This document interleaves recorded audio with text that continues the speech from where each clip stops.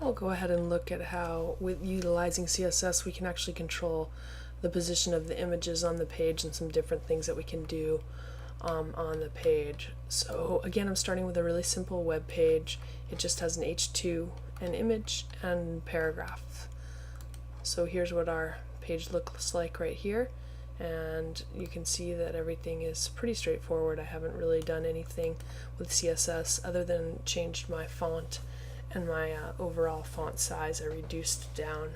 So we're going to go ahead and begin from here.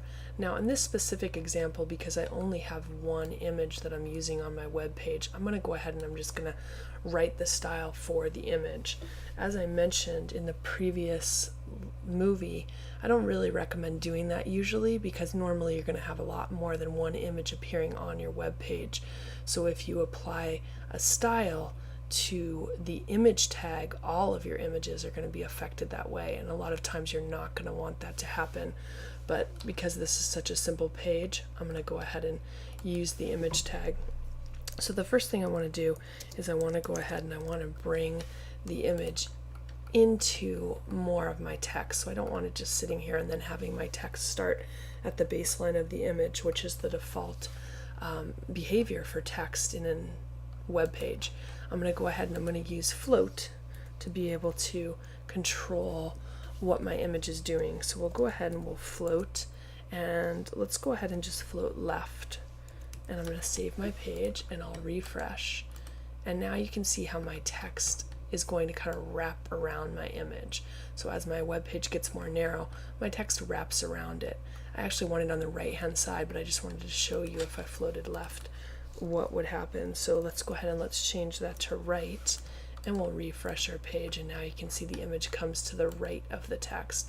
And this certainly makes our web page a little bit more interesting than just having the image sitting up here taking up all that space. Now it's kind of integrated with the rest of the content on our web page. The next thing that I'm going to do is I'm going to go ahead and just use some simple border and padding and margin to be able to add a little bit of extra to my image to kind of make it integrated into the page a little bit more. Now this particular image, because it's on a white background, it looks great without any kind of border, but I'm going to go ahead and put a border on it so you can see how this affects the image. I'll come over here to my image tag. I'm going to go ahead and I'm going to write some styles for the border. So let's go ahead and let's write the border width to start off with. I want my border width to be 1 pixel for the top, 4 pixels for the right, 4 pixels for the bottom, and 1 pixel for the left. So I'm using my shorthand method of doing this. So if I go ahead and if I save, we're not going to really see anything as of yet, because I have to also define my border. I need to have space right there. I need to define my border style and my border color. So let's do those next. We'll go ahead and we'll write border dash style, and let's just have the border style be solid. And then I'm going to go ahead and write my border color, and I'm just going to go ahead and use a gray color.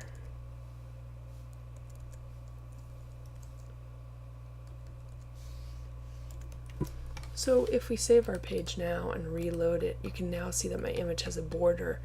Now remember, when I was going ahead and specifying the border width, because I specified different width, I kind of get this like little beveled type of look, which is kind of nice. Another thing that you can do is you can actually control the color of the borders, which is kind of interesting. So if we come back in here to our border color, and if I just pop in here and I make the border color on the different sides a little bit a lighter shade of gray, you can see that it really starts to emulate more of this beveled type of look. So you can see that my borders are darker on the top, and actually on the bottom. I want them to be on the top and on the left. So did I do that right? We have top, right, bottom, left, and we want it to be top and right are going to be, that should be right. Maybe it's just an illusion of how I'm looking at it. Oh, actually I have these numbers backwards. I should be using CCC right here, and this should be 999. Alright, let's take a look again. There we go. So now you can see the thin 1 pixel lines are a little darker than these thicker 4 pixel lines, and that kind of creates a really nice effect on our image. Now right now our image is a little too tight, so we're going to add some padding to add some spacing there. So I'll just come down here and I'll add some padding. And I'm going to go ahead and add padding of 10 pixels. And that's just going to give us some breathing room on the inside of this. And if you feel like you need more, of course you can always go in there and adjust that number as necessary, so you have a little more breathing room. The other thing that I want to do is I need some spacing on the outside. You can see how my text is basically coming way too close to the edge. So we're going to do that by using margin, and I'll just try a 10 pixel margin around the edge. And let's come in here and reload our page, and there it is, perfect. So you can see with just some simple CSS how you can really control images that are placed on your page. Essentially, utilizing CSS, there's 2 ways to add graphics to your page.